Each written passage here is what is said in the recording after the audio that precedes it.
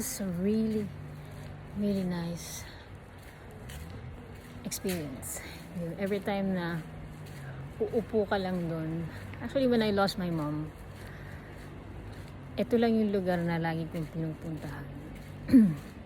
And yung mga time na you have all of these challenges na alam mo yung para kang surfer na hindi ka makaahon kasi super dami ng alon, ay